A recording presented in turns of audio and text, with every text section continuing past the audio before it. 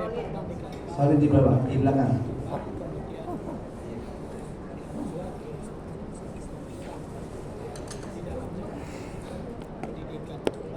Ya.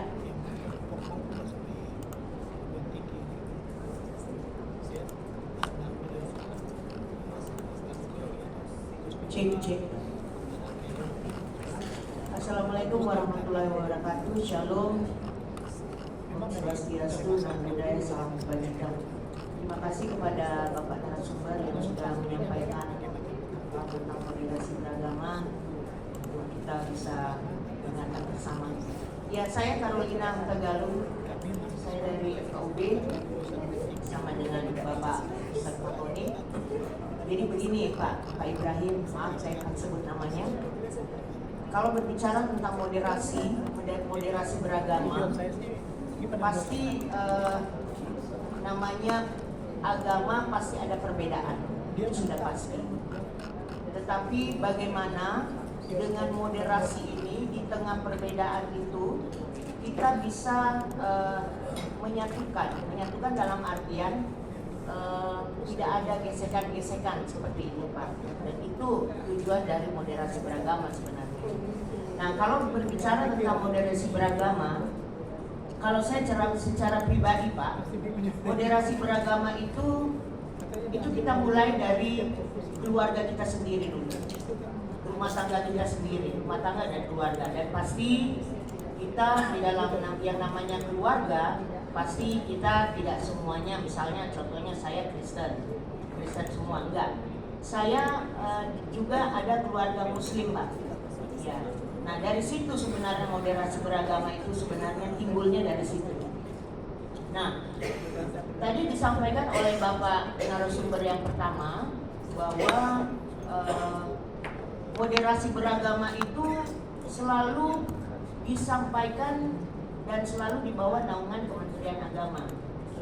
Ya, itu memang benar Pak. Tetapi secara realita di dalam kehidupan kita, tadi sudah disinggung oleh Bapak yang barusan tadi menyampaikan bahwa di tengah-tengah masyarakat kita ini Pak perlu. Bahkan kalau boleh Pak, saya mau katakan moderasi beragama ini kalau bisa disampaikan sampai tingkat RT Pak. Mantap. Iya, sampai tingkat RT, karena Ibu undang ya saya. munculnya segala Ya, macam Pak Gartono hal-hal itu udah moderasi dari gitu. situ Pak.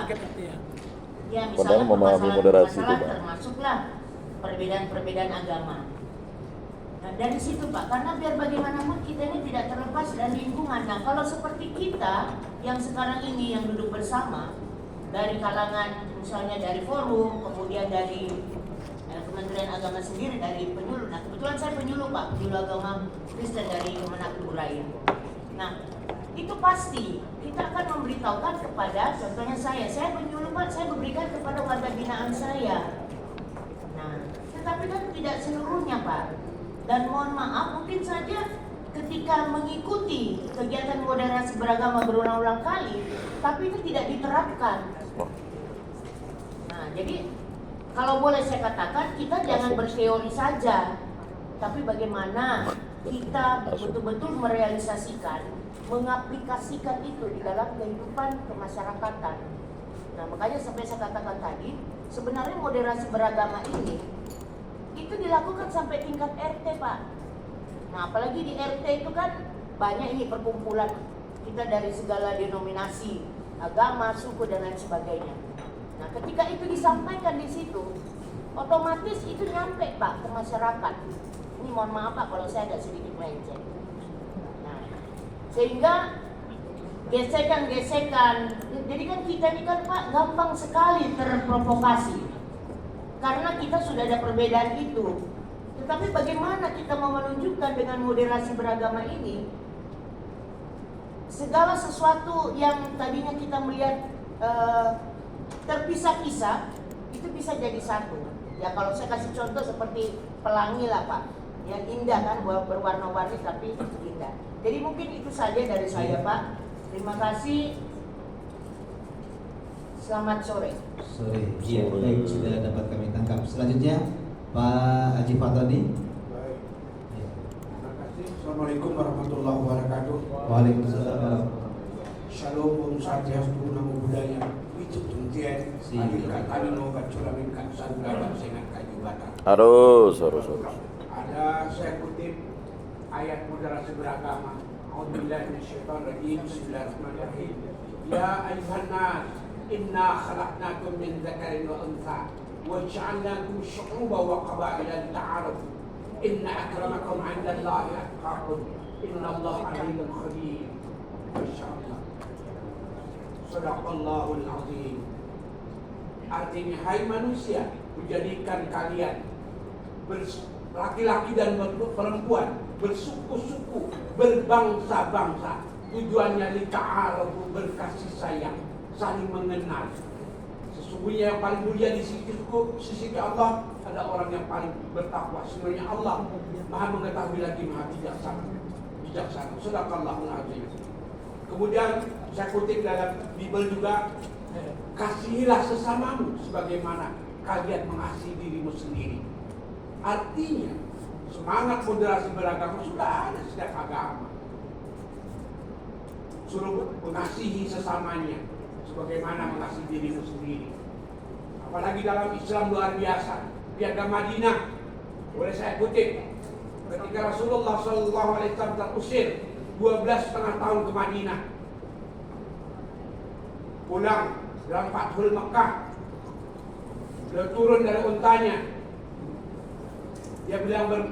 Beliau bersabda, siapa yang datang kepadaku selamat, siapa yang datang masuk ke dalam Ka'bah selamat, siapa yang datang ke Abu Sufyan bajingan pengusir Nabi yang mengusir Rasulullah selamat. Luar biasa kasih sayang yang Nabi Muhammad SAW contohkan pada kita semua sebagai umat Islam untuk terus menjalankan pesan-pesan moderasi beragama, terutama dalam perspektif moderasi beragama di Indonesia. Pertanyaannya, kita sesungguhnya Indonesia ya sudah tidak usah diajarin lagi tentang moderasi beragama. Kami pergi ke pulau terluar dari Kalbar ini, Pulau Sekop Pangkalan, gotong royong umat muslim membangun kelenteng biara. Luar biasa. Begitupun di Batu Ampar, mereka gotong royong membangun kelenteng. Luar biasa. Muslim dan yang jaga kelenteng itu, laut itu tengah laut muslim. Ini bagian dari moderasi beragama yang sudah dilaksanakan ke masyarakat bawah. Ya. Indonesia luar biasa. Bhinneka Tunggal Ika menjadi keniscayaan bagi kita semua untuk terus kita kampanyekan, kita praktekkan dalam kehidupan sehari-hari di tengah-tengah masyarakat kita. Ini barangkali yang pokok-pokok pikiran yang dapat kami sampaikan terkait pentingnya merawat dan menjaga moderasi beragama di Indonesia. Terima kasih. Wassalamualaikum warahmatullahi wabarakatuh. Waalaikumsalam warahmatullahi wabarakatuh. Bapak Ibu sekalian, kalau tadi saya lihat bahwa di sini karena kita sharing ya, jadi belum ada yang sangat menurut sekali, baik dengan adanya pertanyaan dan sebagainya. Karena tadi Prof menginginkan bahwa ini jadikan untuk sharing bersama, masukan, dan mungkin nanti ada jawaban-jawaban yang Bapak Ibu tadi akan sampaikan sebelum nanti Prof juga memiliki jawaban tersendiri. Mungkin masih ada Ibu, oh ya, satu nanti daripada permohonan bersama anak. Ada satu lagi, ya. Satu Ibu yang ada satu lagi, biar pas 6. Pak satu sekali. Ya, silakan Ibu dulu baru Bapak satu sekali. Oke. Terima kasih karena saya dikasih waktu. Sebenarnya saya mau memberikan apa tadi mic ini, tapi karena dikasih waktu, terima kasih untuk nama saya Ahmad, tapi dikenal sekali. Pada kesempatan ini sebenarnya saya tidak bertanya, tetapi karena ini adalah sharing tadi itu, apa sih sebenarnya kita pentingnya bagi kita, apalagi tadi dijelaskan oleh teman-teman bahwasannya moderasi beragama itu nggak usah, ya.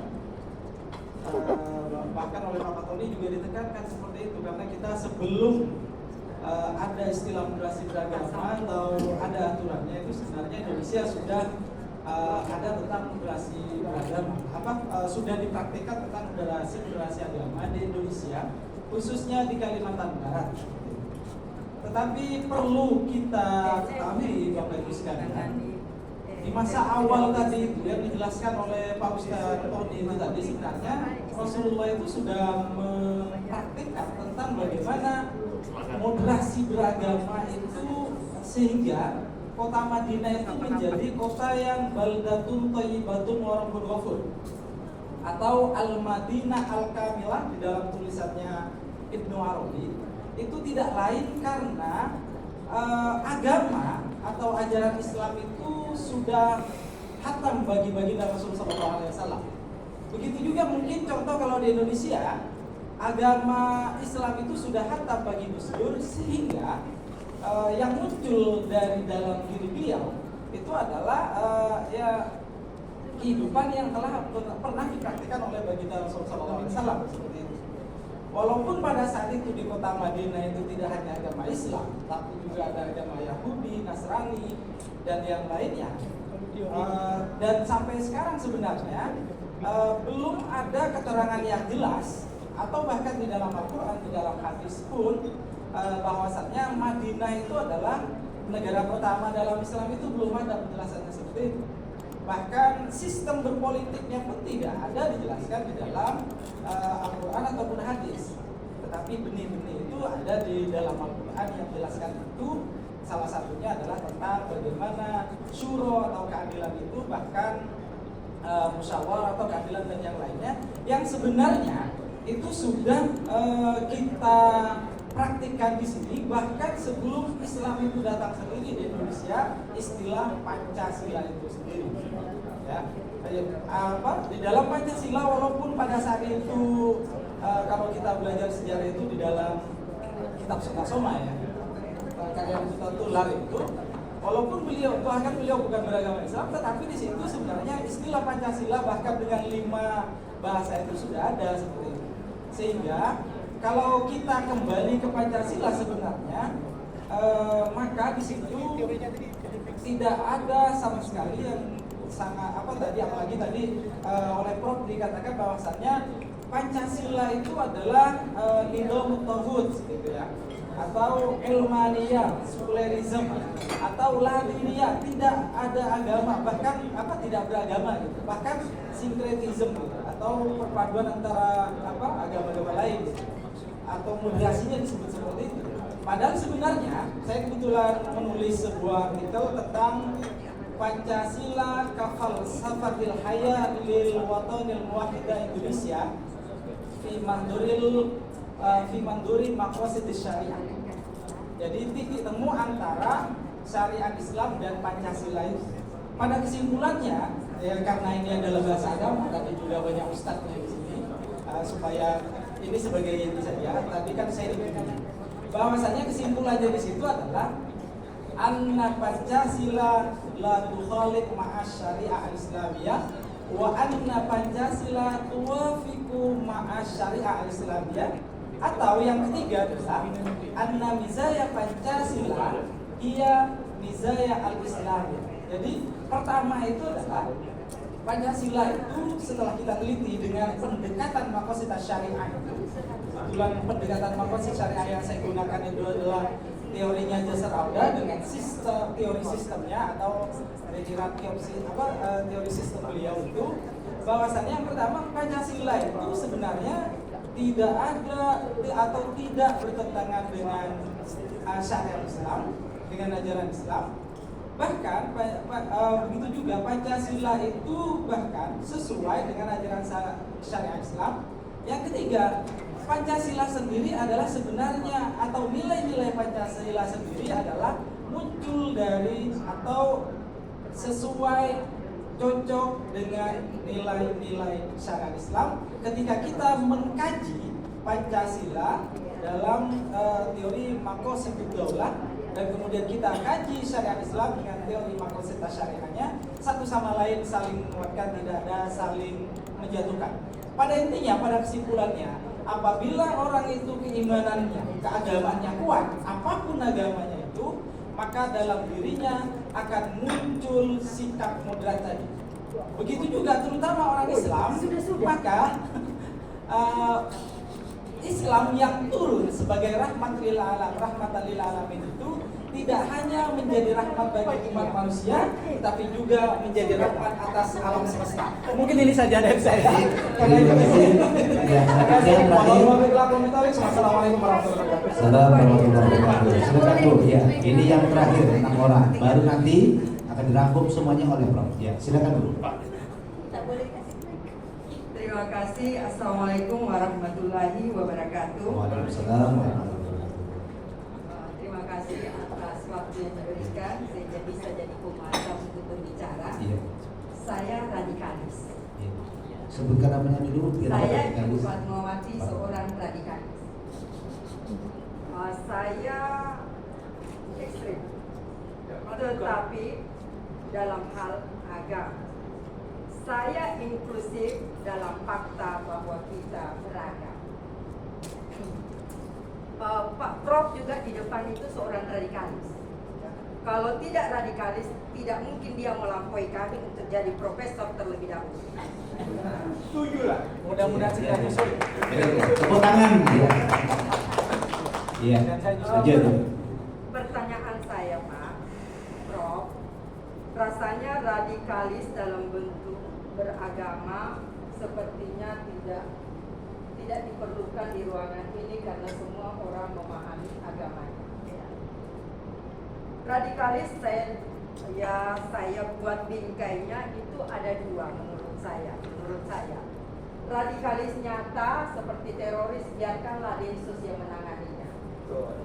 Tetapi yang mengerikan, dan inilah perannya FKUB di dalamnya menaungi beragam agama, adalah radikalis terselubung. Adakah? Ya, nanti kita lihat ya Pak ya.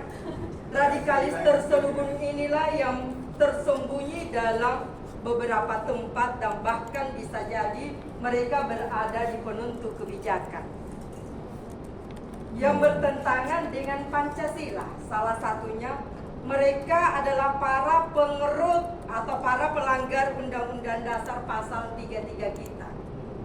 Seharusnya inilah yang menjadi kerja para FKUB yang di dalamnya ada agama. Ya, kalau berangkat dari sini maka agama akan menjadi penerang bagi kita semua untuk membentengi seluruh kekayaan bangsa dan negara kita sendiri.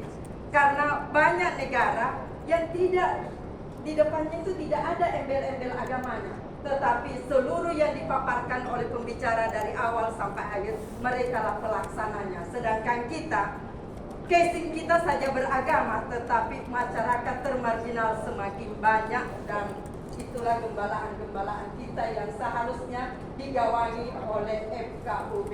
Terima kasih. Assalamualaikum warahmatullahi wabarakatuh. Waalaikumsalam warahmatullahi wabarakatuh. Kasih tepuk tangan buat semuanya, Bapak dan Ibu. Ya, baik. Terima kasih atas segala atensi dan pertanyaannya serta masukannya dari Bapak dan Ibu sekalian.